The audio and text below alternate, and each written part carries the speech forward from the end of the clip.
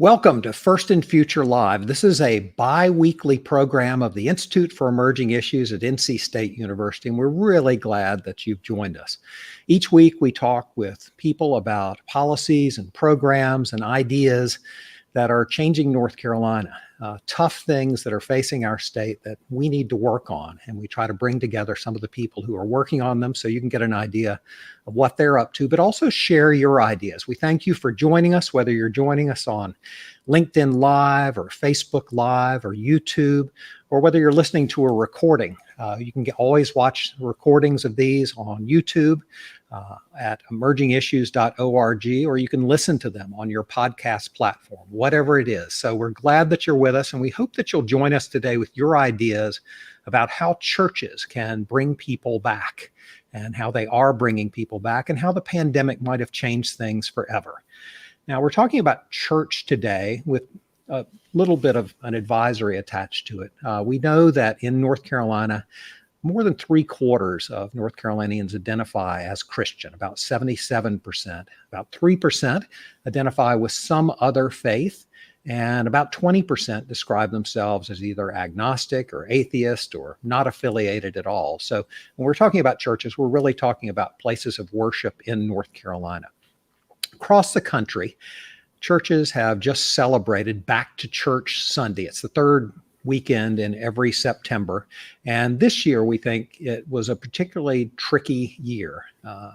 In many cases, people, after 18 months of being away from church, were returning this year. And question is, what's changed about the church? And the people that we have with us today are going to help us sort through that. Early on in the pandemic, we know that there was a huge effect on churches. Early on, a study from Barna, the Barna Group, predicted that by June of 2022, 1 out of 5 current places of worship was going to no longer be around. Early on, the Methodist Church, after the first month of the pandemic, reported a decline of 26% in giving. About a third of practicing Christians, those who say that they attend church once a month, said they had stopped going after 3 or 4 months. So we know that there were big changes. What we don't know is a lot of the specifics. The data is a little bit fuzzy 18 months in. What we do know is that in general, as churches celebrated Back to Church Sunday, there was a sense of cautious optimism, but also an awareness that perhaps the way that we do church may have changed in some fundamental way forever. So why are we talking about churches on a program that typically focuses on public policy? Well, part of it is that we know that there are a lot of churches in our state, thousands of churches, somewhere between 6,000 and 8,000 places of worship in our state right now, hundreds in most counties.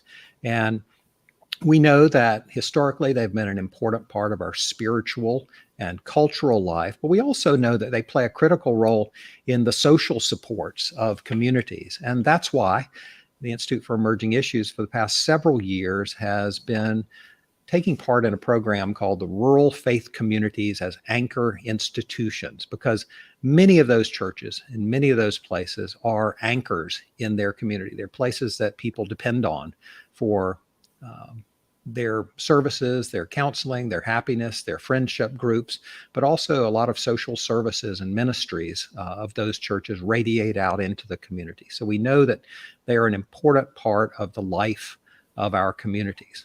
As we get ready to start our program, I'd ask you to start thinking about where you are when you're thinking about church these days, whether you feel safe going back, what it is that you've missed about it, what it is that you've learned in a largely virtual world, and what you think might be different as the world returns to a little more face-to-face, a little more hands-on interaction. So we ask you to think about that, but I want to go ahead and start with the person who runs the Institute for Emerging Issues, Rural Faith Communities as Anchor Institutions program, Kylie Foley. Kylie, thank you for being here. Hey, Leslie, I'm so glad to be here. Thank you. It's a little strange to see Kylie on this side of the microphone. Many of you may have been listening to her over the last few weeks as she's launched her own podcast. Faith and Communities is available on all streaming platforms, and you can catch up with Kylie as she wrestles with some of the big issues that are facing churches. And that's why we wanted to have her on this show today, is to talk about some of that. Recent podcasts that she's done have focused on aging and the role of churches in helping the aging population. Another podcast on the role of churches in feeding, the role that churches play in feeding ministries. And Kylie, I wonder if you could just maybe start off getting people oriented to this notion of churches as anchor institutions, and maybe give them a little bit of a flavor of the different ways in which churches are serving as anchors in their communities, maybe particularly rural communities. Absolutely. It's like you said, to have hundreds of churches in some counties, sometimes we'll do these databases and we're trying to look up 400 churches in a rural county of less than 70,000 people. And that's the reality of North Carolina and of course, rural North America, is that this presence of Christian churches, small ones that have been there for decades, or new non-denominational churches, is just things that we see all the time. And so understanding our rural churches as anchor institutions understands that they have an important place in the geography of their rural church, of their rural community, that they have these important ministries. Like you said, a lot of them focus on kids and children and food and all of these really important things that help the social fabric of the community. And also just the credibility, when you need mental health services, when you need to go to someone for support, who's going to host your wedding and funeral, these rural anchor institutions are incredibly important, kind of regardless if people are active goers or practicing Christians, like you said, going to a service of average once a month. And some of my favorite examples have popped up during the pandemic, but also just before. And so I wanted to share some of them, including over in Haywood County. We did a podcast a few weeks ago, you might remember if you're a frequent listener to First and Future, on the Canton floods. There's an incredible group centered in Canton, but it's an ecumenical group that focuses on so many things in Haywood County. But my favorite program is their Great by 8 program, which is led by the faith community in partnership with the Smart Start Partnership for Children and local school leaders. And they get together about once a month and have for years to really champion public policy and programming changes with the explicit goal of getting students to read on grade level by age 8. And that's because we know in order to hit that milestone, you have to have well-supported kids that have food, families that have mental health care, transportation. There's so much that goes into making sure that kids can read on level by 8. And so for a church group to have that explicit of a goal is absolutely incredible. And they've also participated in the Duke Endowment's Summer Literacy Program, which is one of the most incredible programs I've been able to witness over the past few years. So our partners over at the Duke Endowment focus on rural United Methodist churches, and they focus with elementary schoolers, and they've worked with about 15 United Methodist churches across North Carolina over the past few years to develop this really incredible strategic and evidence-based summer literacy program, ranging between 4 to 6 weeks. But we know by the end of the summer that students often make up reading learning loss in those 4 to 6 weeks than a whole entire year of school. And that's because there's low teacher-student ratio, there's incredible enrichment, there's family support, there's just this incredible program that the Duke Endowment has created in order to serve hundreds of kids each summer. Their goal is to be able to release this so more and more churches across North Carolina and North America will be able to share this program and be part of the local literacy programs in their area. And I have to brag on our partners at Rafi. Many of you might know them. They work with farmers all across the state, but we work with them with the Come to the Table program. And they have started this year. They released in March this amazing community. It's 8 churches in Wake County, and they're partnering with 3 local farmers of color, specifically because we know that farmers of color have been left out of historic grants, of USDA funding, of local funding, of state funding, and making sure that we're supporting rural local farmers of color. And so they're doing CSA boxes. So these 8 churches are buying 80 boxes a week from these groups. They've done 3 seasons already, and this network is spreading. I think Rafi has 2 other networks in the Piedmont and others growing, and it's this amazing mixture of churches working together and also understanding their role on the economic and social food justice in their local area. And then last but not least, I want to mention our Band and C program. So if you don't know IEI very much, then you do not know our Band and C program, but you should know about it. And this is our program to focus on digital inclusion. And we certainly know that when we all went digital last year, that we could assume that every faith community did as well. If you can't meet in person, you had to do service online. But we also know, and we have lots of stories of how so many people struggled We know with students and those working from home and for our isolated communities, it wasn't a guarantee that folks could connect online to their social community through church or through their faith community. And so when small churches met in person, it looked different, but it didn't necessarily stop for a lot of folks. Some folks didn't have those internet connections, they didn't have access, they didn't have devices to connect to the internet. And so some churches never stopped. They met outside. If you have a small membership church of 8 to 20 people, it doesn't make sense to put in so much financial investment to make sure that people are able to connect that way. And so our Band and See program is a way to overcome those real physical and also emotional challenges that we all can feel when we're intimidated by technology. And so we've had 5 faith communities that have been awarded our IEI Band and See grant over the past year and a half. And each project is really special, but I have to shout out the Youre district of the United Methodist Church. They're working with a local UMC that's partnering with their elementary school down the road. And they've just created flyers. It seems simple, but these flyers share all of the Wi-Fi hotspots that are in this county, in rural Stanley County. They're able to put this in the Backpack Buddies program, work with kids from all over the region, and also be able to extend Wi-Fi at their church. So that way, with the changing nature of COVID and students having to do hybrid on a moment's notice, on a day's notice, parents and students know where they can go in order to get instruction and also to get other social services. And it's just absolutely incredible to see churches come up and rise to the challenge.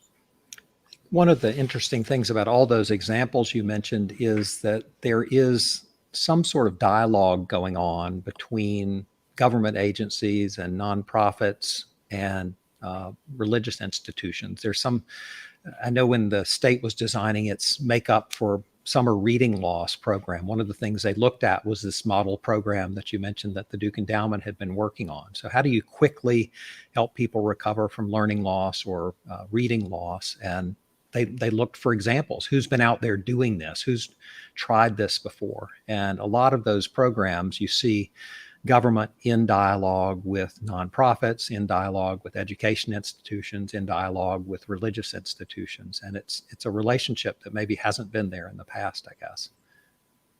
Yeah, absolutely. It's interesting because working with faith leaders at a public policy institute, I could say I probably get equal amounts of faith communities that want to learn how to dig in deeper with their communities, as well as partners that are really interested and understand the power that their local rural faith communities host.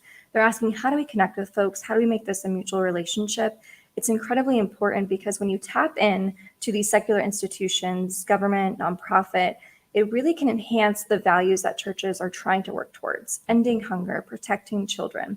There's resources that we can share. And that's a theme through a lot of the church work and rural church communities. It's this humility that a lot of the pastors I work with talk about how do you collaborate and not compete with each other. It sounds counterintuitive to say faith leaders and faith communities compete with each other, but we know in rural areas with little resources, there's only so much food sometimes to stock certain food pantries. And so if you're sharing ministries, if you all have the same VBS, vying for the same kids, there's this real way of viewing your neighbor, your neighboring faith community, your neighboring nonprofit as with suspicion or competition. And so having these open conversations about how we can work together to share resources, to not reinvent the wheel, and most importantly, see our values being enacted further through this partnership is really important. And those are my favorite conversations to have with pastors. All right, Kylie's going to be with us throughout the program. Thank you for getting us started with this. I wanted to introduce our other 2 guests. Reverend Andy James is the head of small churches and technology for the Presbytery of New Hope, which serves Eastern North Carolina for the Presbyterian Church. Andy, welcome. Thank you. It's good to be with you. Reverend Kimberly Clarke Turner also joins us. She is pastor of the Triad Native American United Methodist Church and also counsels early career pastors at Hood Seminary in Salisbury. Kim, welcome. Thanks for having me. Andy, let me start with you and just sort of dissecting your title a little bit. You're working with small churches, which are just a critical area of emphasis for a lot of Christian churches right now, because in many cases, they're having to reassess what they do and how they do it, whether they can survive economically and where we go with that. Some are changing their emphasis. Others are closing. A lot of them are transitioning. Over the past few months, you've had to figure out how to handle the technology side as people become unable for to attend. What role has technology played for these small churches over the last 18 months? Well, I think it's been, like almost every church, it's been a great way for churches to stay connected with each other, even in a small community where people are likely going to see each other anyway. As Kylie said, I know of churches that never really stopped meeting in person, but there are plenty of churches that are continuing to do their main worship services online out of care for themselves, and their communities. So their responses have been kind of all over the map. At first, it was this sense of how do we just make it through? How do we make sure we can collect the gifts that people would send our way? How do I get Facebook Live to work so I can get my message out? And then it's kind of escalated to how do we integrate the online community into our congregation? Because I know of more than one church that, and especially in our rural areas, that has found a way to bring in people who are already attached to that community. People who've moved away, but who still consider that church home, are now able to be active in the life of that church in a way that they've never been before. And that's been really cool to see. Can you talk about that? Because I've heard two different stories. One is that one, and the other one is that churches have found a way to get a lot better at being hands-on with their congregation that lives there. So there's the potential to grow to new areas, theoretically across the world, having people attend services from across the world. But there's also the challenge of figuring out how to serve your existing flock when they are not necessarily physically present in your building. How have places been balancing that challenge? I think most of the churches that I've worked with probably would view that that former expansion of their ministry as a bonus that just comes along with the work that they had to do to make sure that they could connect with the people who are right close to home. And so they've been able to welcome in their former members and the people who just drop in. It has been an expansion of their ministry, yes, but most of our churches, especially the smaller rural ones, have not made that their main push. Some of the larger churches maybe have done that, but at the same time, we have heard from churches who are finding some engagement around that, and it's challenging the questions of membership. What does it mean to join a church if you don't live in that community? And we're having to ask some of those questions together now. I was reading an article by another Presbyterian named Chip Hardwick from the Midwest the other day, and he was writing that this thing that has just happened to us, and in some cases is still happening, could represent the every 500 years big change that happens to churches. And he suggested calling this the Great Virtuality, that we were going to learn through this process that there were some parts of church that could actually be done not in a mediocre way, not in a kind of almost as good way, but actually better online. And I'm wondering if we know enough to know what parts of church can be done better in a virtual environment and what parts can't. I don't think we know yet. I think we're all trying to figure that out together, which is a little challenging because we're building the plane as we fly it, as they say sometimes.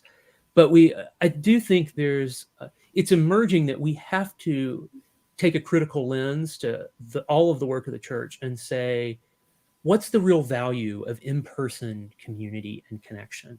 When do we make things worth our while in that way to take a risk at public health and care for our communities to gather in person when we can do almost as well, maybe not quite as well, but almost as well in a virtual setting.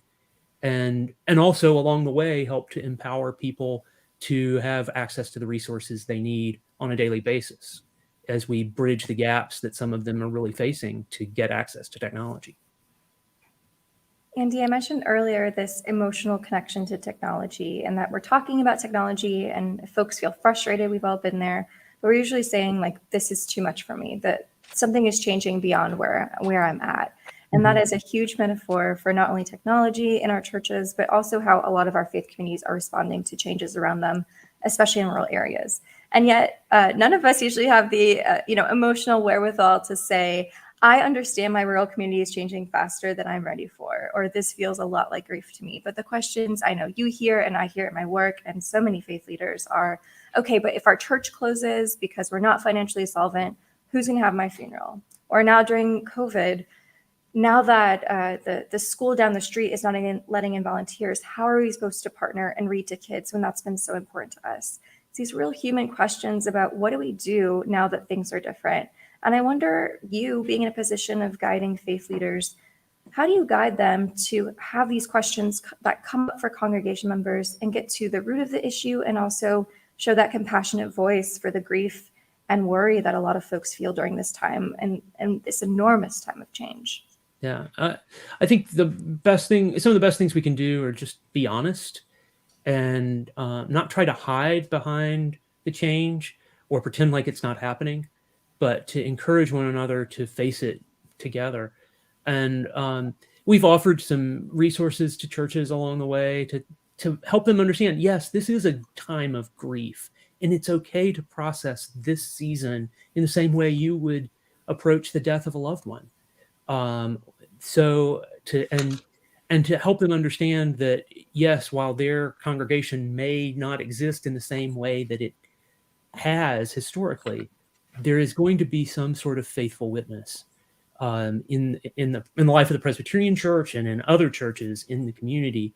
The gospel of Jesus Christ goes on, whether or not we keep it going. It's not up to us along the way. Reverend Turner, let me just show you a couple of slides, and I just want you to react to them if you wouldn't mind. They are things that didn't necessarily make immediate sense to me, but I'm guessing you can make sense out of them. And the first one looks at what happened early on in churches. Attendance appeared to be going up for a little over half of the churches. Giving appeared to be going down for almost half of the churches. So that's one thing. And let me just bring in one other data point and ask you to put these two together. So this is a look at charitable giving over the course of 2020. So over the entire year, calendar year 2020,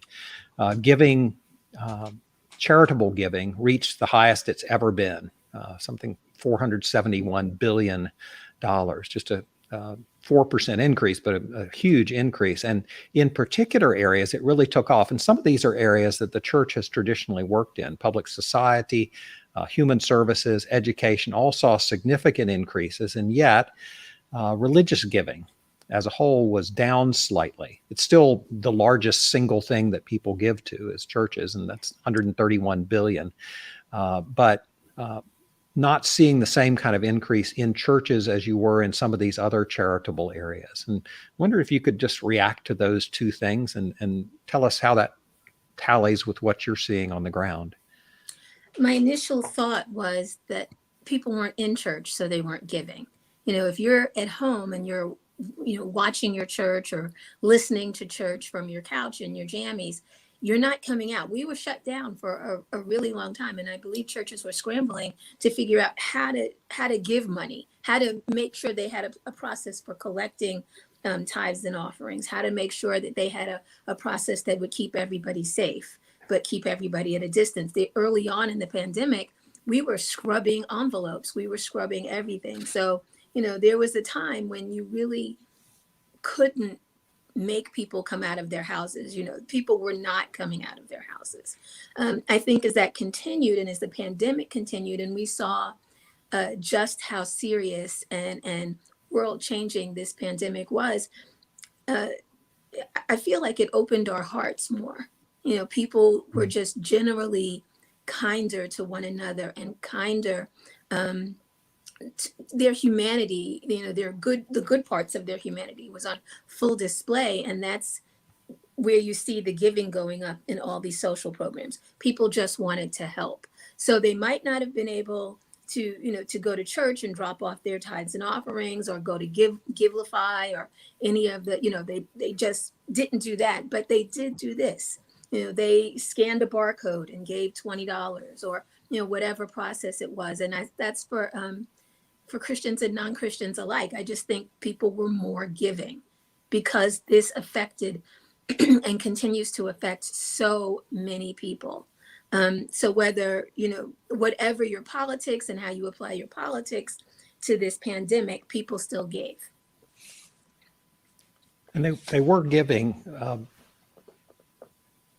but it was tougher to provide that kind of hands-on service that traditionally church missions have done, where you're hugging somebody, or you're handing them food, or you're talking them through a particular challenge that they have. How did churches balance that increased need for mission? There were all sorts of people hurting with increased fear of being in contact with other people. What did you see people doing? How did they work their way around that? The best way they could. I think some of those practices continued in spite of the pandemic. You masked up, you put on a face covering, you did social distancing, things that you did inside your church, you took outside of your church. My church is Native American and our community is Native American. We continue to deliver. We have a pretty large size food pantry, and we continue to deliver food to people. We wouldn't go in and visit necessarily, but we would leave it for them. And we did a lot of phone calling, so you can still contact your parishioners, and you could still contact the people in your community. And I think we spent, most of the pastors that I spoke with about this continued doing everything that they can do. They encouraged vaccinations.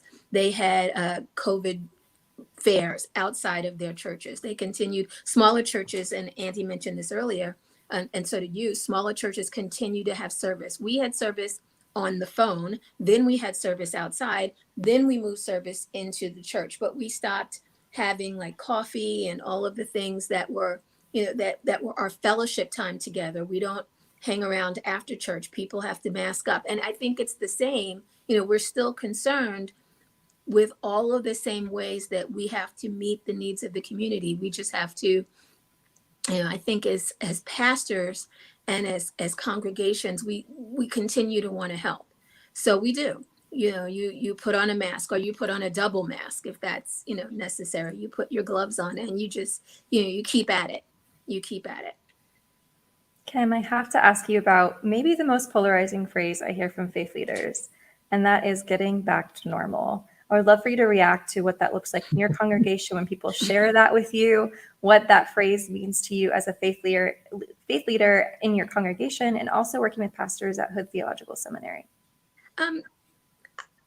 I don't know if there's a getting back to normal or reconciling a new normal.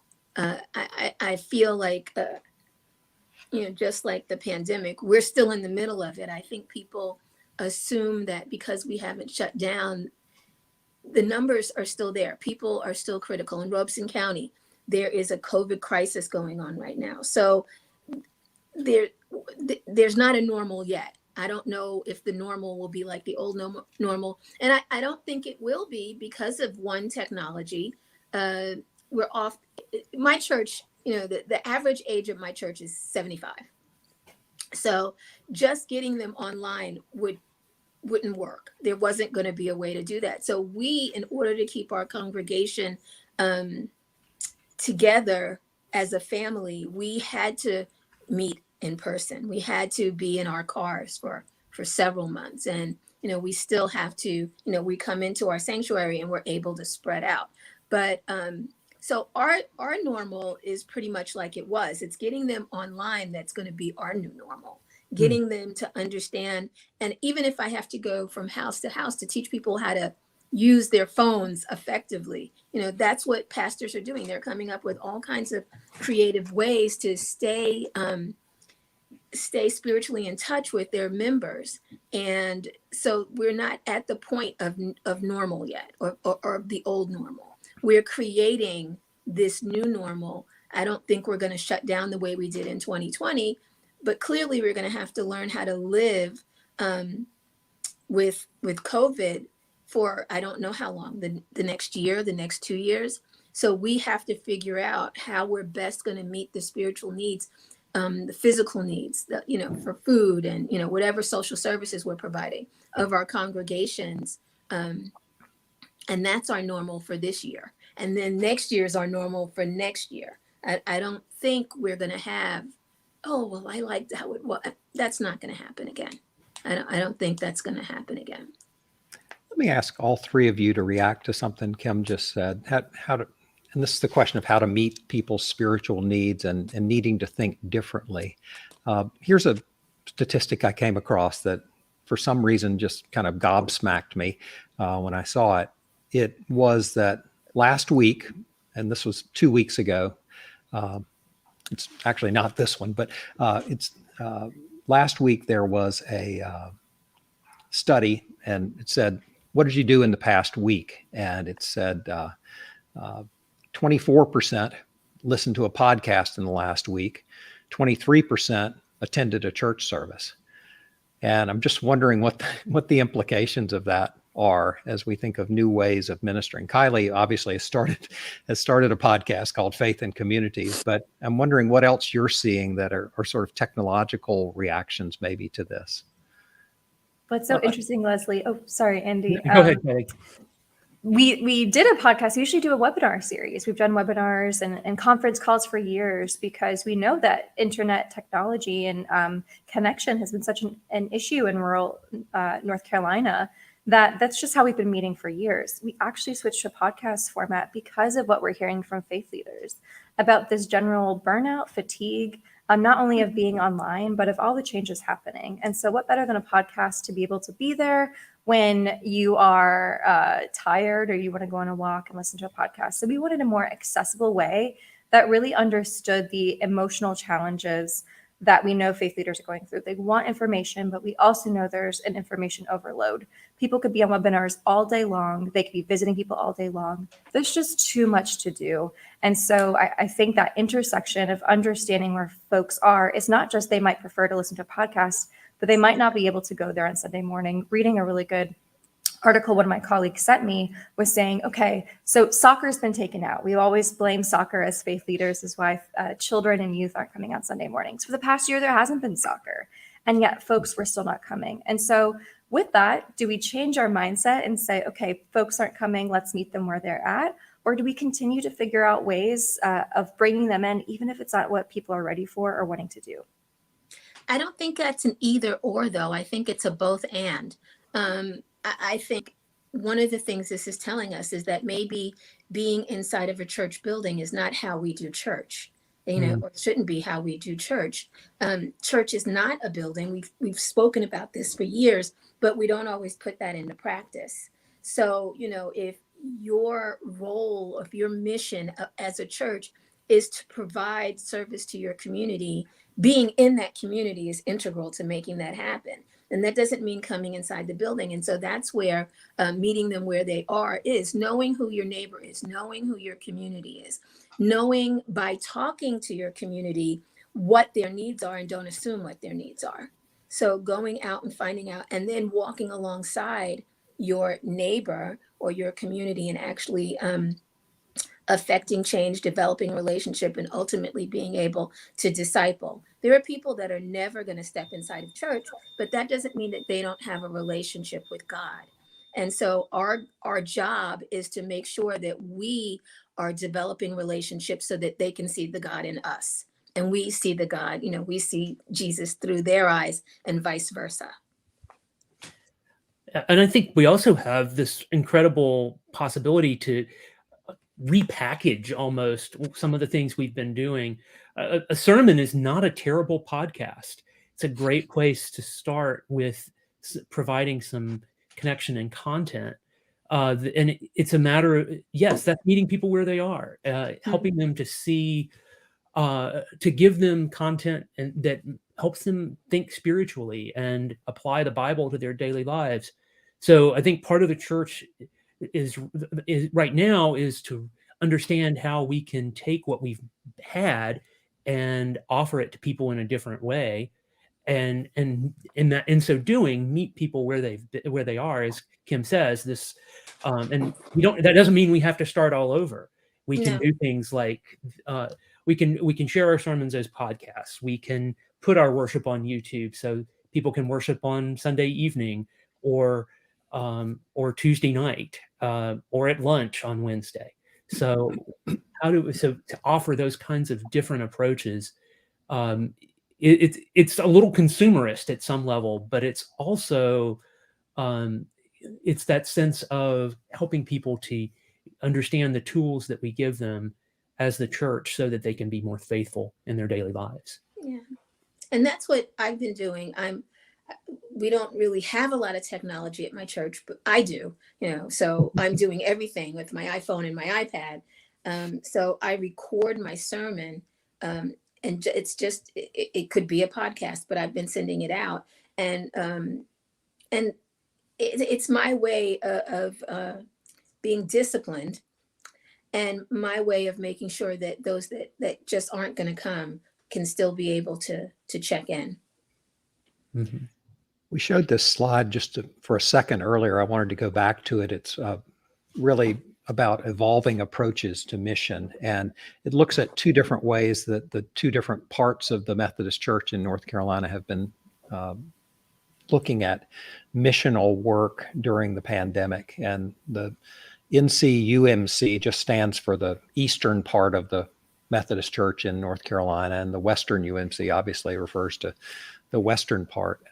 But these are just some of the different things that church has been trying, and other denominations have been doing similar things. There's a pretty significant grant from Lilly that's really trying to ask churches to create new learning communities to work on interdenominational and interracial work with a specific focus on anti-racism. There is obviously a lot more borrowing of digital materials. It's been a significant investment in COVID testing, helping people set up Zoom accounts. There have been a few new churches. And I'm wondering if that sparks any ideas in you guys as you look at that very short list of some of the ways that people have been approaching this. You've been talking about new ways of imagining mission, and just wondering what you're seeing out there that you find particularly promising. Leslie, I'm from the Western North Carolina Conference, so I'm familiar with all of the Western North Carolina conference programs, and we've benefited from them. Several of my pastor friends and their churches have hosted COVID vaccination, and I've sent my people to them. So we have a small parking lot, so it's not really doable, but it's good that we have these services, and it's our way of connecting.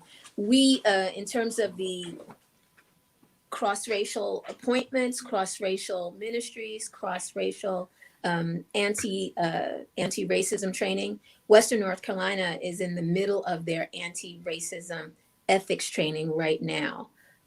So we've been working on that for the past 3 years, and we had to put it off because of COVID and making sure we got all the money right, but we're in the middle. The third group has just gone through, or is in the middle of going through. Same with North Carolina. North Carolina Conference, there's an investment in making sure everyone understands that is viewing it on the world stage or viewing it on the national stage, what it means. It may not affect, you may feel as if it doesn't affect your area. You're in a rural setting, everyone looks like you, everybody that you encounter all day long is very similar to you, but understanding that racism still exists and why it exists and how it came to be such an integral part of our country is critical, even at the rural level. So we're making sure that this is mandated by all pastors have to take it, and leadership. So, and I'm assuming it's going to be the same for North Carolina Conference.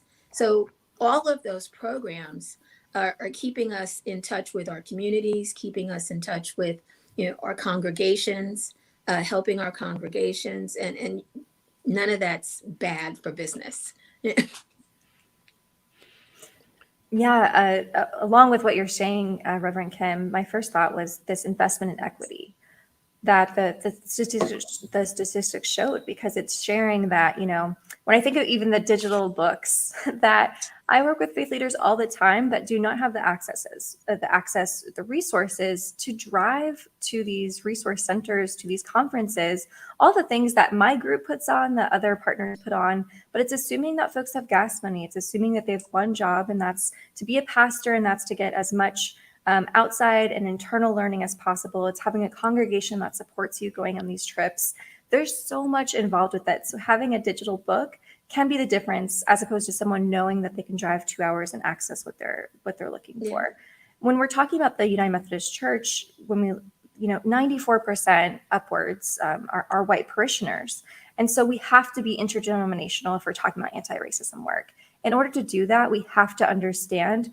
It takes a lot of learning to understand how other denominations, how other races, how other geographies, other folks of North Carolina work. And so, like you shared, Reverend Kim, understanding that the first part of making sure we are on equal footing, that we are partnering with our communities, is this deep listening that I've seen a lot of folks and pastors, especially over the past year. It's not just been COVID, as we know. We know the murder of George Floyd ignited everything around the United States and the world, and certainly in our churches. We saw really positive and really negative results from some of those deep conversations.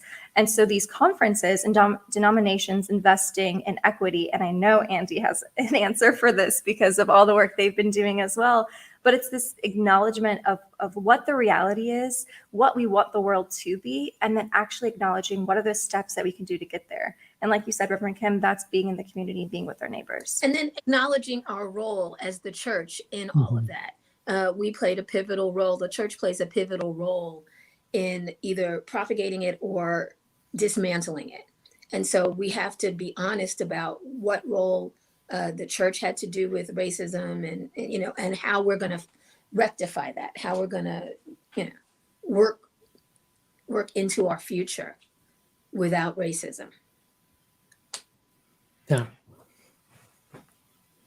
Andy, what are you seeing in the churches you work with in Eastern North Carolina? Is there a greater openness toward interdenominational work or interracial work? Or has this been a time when you've really seen more of a retreat to people who look like me, and I want to be around people that give me comfort because they're not different than I am?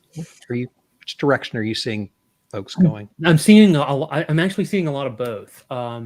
We, right before the pandemic, I think in December of 2019, we were beginning some conversations across the presbytery related to race, and we had to be limited about the numbers just due to size of spaces and that sort of thing. And so with the pandemic, we were actually able to open up those conversations much more broadly because we were able to move them online. And we moved to a webinar format for conversation and learning together, which empowered a lot more people to start thinking about it.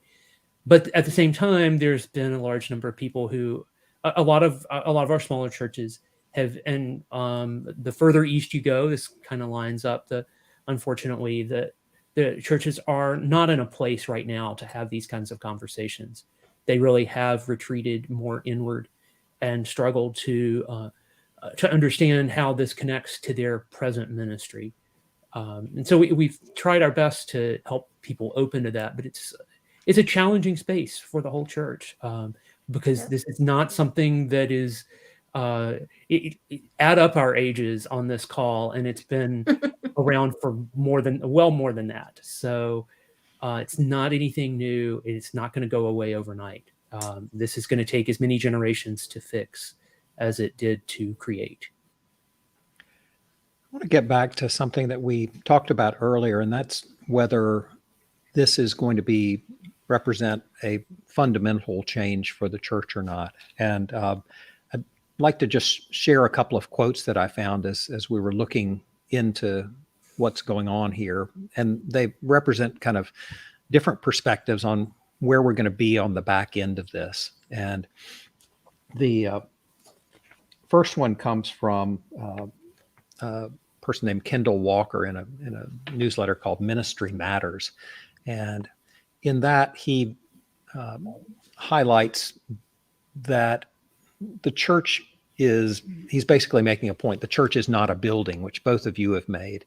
and that people give to a church because they believe that it is making a difference in people's lives. He says, helping people grow in generosity begins with helping folks draw a straight line from a donation given to a life changed. And the other quote comes from a rabbi in Charlotte who is noting that it may well be that people participate in worship at his synagogue in the future from their couch. And he says it's up to us to make sure that they have the opportunity. And both of these, I think, speak to the question of how the church is going to pivot and whether this represents a time of fundamental change. And I wonder if all three of you could reflect on that. Do you think we're at an inflection point? And if so, how are we going to inflect, and where are we going to be in 5 years, maybe? You have 30 seconds. I'm kidding. I wonder sometimes that's a ridiculously 5 complicated. days, let alone 5 years. How about next year? Well, the one thing I have watched in the church more broadly is there's been a real level of flexibility and potential to engage, to shift and change, and an openness to that that I didn't necessarily see 18 months ago. I have been impressed with that, and I'm doing what I can in encouraging churches to offer that and to keep that, so that that's not something. So that's one of the values they carry with them coming out of this season, not just to make sure that their technology is up to snuff and engaged in a different way, but that they can keep this sense of being adaptive and flexible and open to some new things. They tried it in this season. It didn't completely bomb. So maybe we can try it in a different season and it will work too. I agree. One of my favorite things to say always was change is going to occur, whether you're on board with change or not. I can't tell you how pleasantly surprised I was that we grew and adapted and all learned how to Zoom. Not all of us, but a great majority of us have become Zoom experts. We can do everything now. I'm hopeful. I'm really hopeful. I think we will have to adapt, and we are adapting, and it'll continue. Just like COVID will continue to be around, and we'll have to learn how to adapt with COVID and continue our lives. The same thing will be with how we offer church, how we pray with and for our members, how we see to their spiritual and physical needs. That will continue to adapt as well. I don't see us going. That's why I was saying I don't see us going back to the old normal. We're currently defining and continually defining our new normal. Absolutely. I think talking with faith leaders about how COVID and so much of the past year has sped up so many changes that were the topic of all conversations at conferences about churches closing, attendance going down. It's really updating or having this honest conversation with ourselves and our congregation about what flourishing is and what dire looks like. For a lot of folks, the dire situation is if the churches close. And there could be other priorities. A dire situation is if there's folks in our community that are hungry and churches aren't showing up for them, that there's, not mental health care available. And that kind of takes the pressure away. Of course, there's grief there when we lose our physical locations, our spiritual communities, being able to gather together. That's very real. But if flourishing goes beyond getting back to a normal service or where we were in 2019 or early 2020, and we're talking about different measures of this individual and community care within our congregations and community, it really frees us up from this building-centered philosophy, which many of us talked about. Being free, seeing churches free from that has been incredible to witness, because we've been able to see the flexibility and being able to move forward with a new definition of thriving, which just in reality's sake is not going to include probably the same number of congregations, the same number of attendees over the next few years. And if that continues to decline, will our hope in the church, our hope in our ministries continue to decline? Or are we going to put our faith and our hope in another outcome and another success story, which is those one-on-one connections, those connections with folks down the street, regardless if they're darkening our doorstep or not? We talk about this all the time, but the reality is COVID changed that forever, and we're not going back to another normal. And so can we have these conversations with ourselves about what thriving looks like now? And describing what you were talking about, there's a church in the Western North Carolina Conference in Greensboro, North Carolina, called the Good Neighbor Movement. They don't have a building. Are you familiar with them, Kylie? Love them. Okay, love it. Right. And they don't have a building. They have city villages. And so, depending on where you are in your life, and they're completely embedded in community. And their way of doing church is where I think many of us should, if we're not already, be headed. It's not the building, it's the people and who we serve. Amen. Let me show you one last slide, and this one has to do with attendance numbers over time. And then I want to break it out a little bit and ask you about young people more specifically.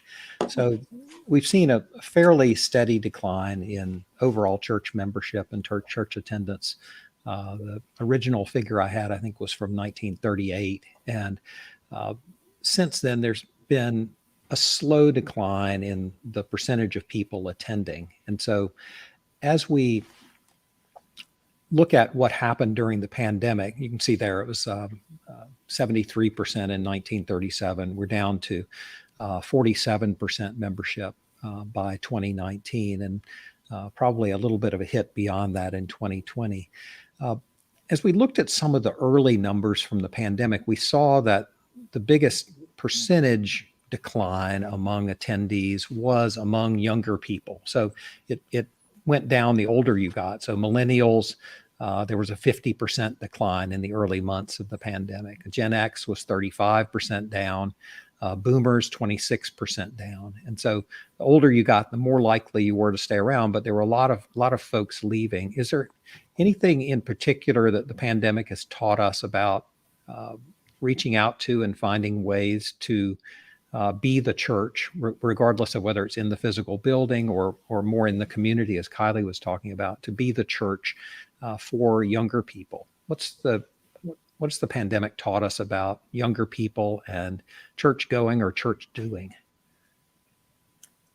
I have kind of a controversial opinion, but I learned a lot from Reverend Alan Stanton, who was the first guest in our Faith and Community podcast. And he postures that for a lot of rural churches, young people might not actually be in your community. And so to have a thriving rural congregation, if we can let go of this notion, if we're able to look at the demographics, look at what our church can do, where our strengths are, it might not be vital to spend our spiritual, financial, emotional energy really hoping that young people are going to come to our faith community.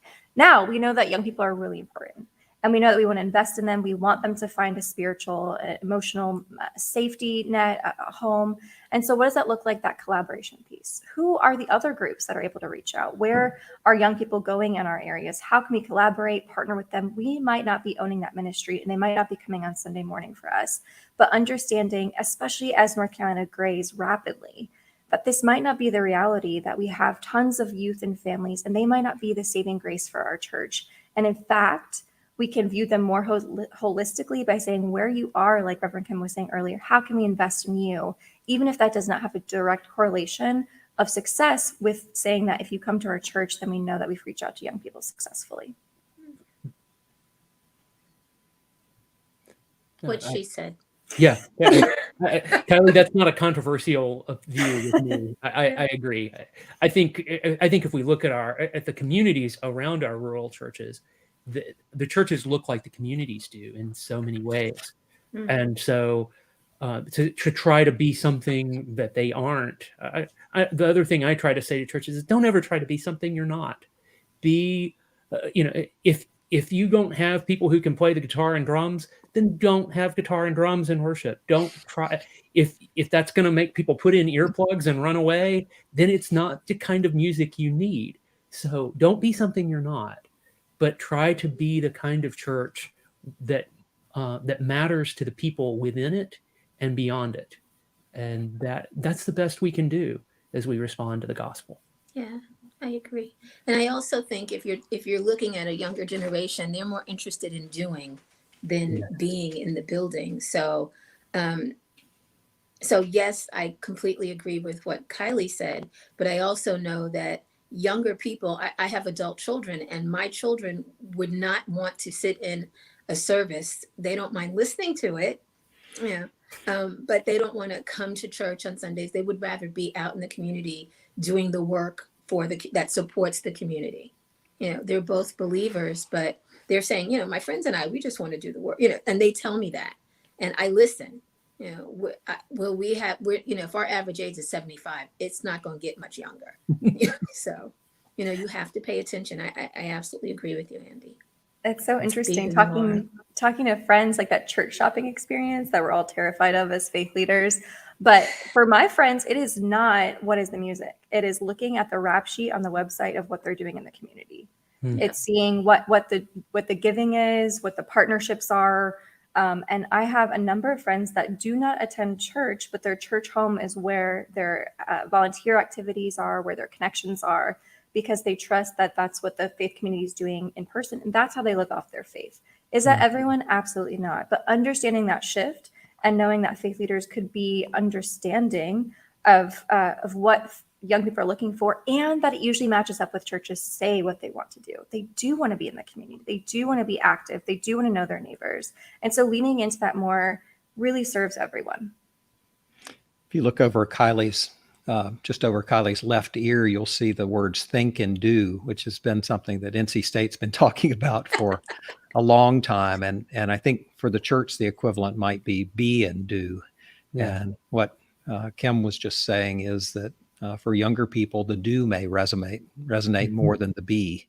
And it may be finding the balance between the being and the doing that is the secret for the church as it tries to find its way back. Thanks to all of you for being with us today. I really, really appreciate the conversation and your insights as we try to go forward. That's our show for today. First and Future is based on an idea from our communications director, Greg Hedgepeth. It's produced by James Herrick every week. Slides by Renee Potts. Social media and the chat have been handled by Kirsten Chang. Special thanks today for the help and advice and counsel and wisdom of Kylie Foley. A reminder, you can find her podcast, Faith and Communities, on any of your podcast platforms. Just type in Faith and Communities and it will magically appear, or in the media section of our website. You go to iei.ncsu.edu.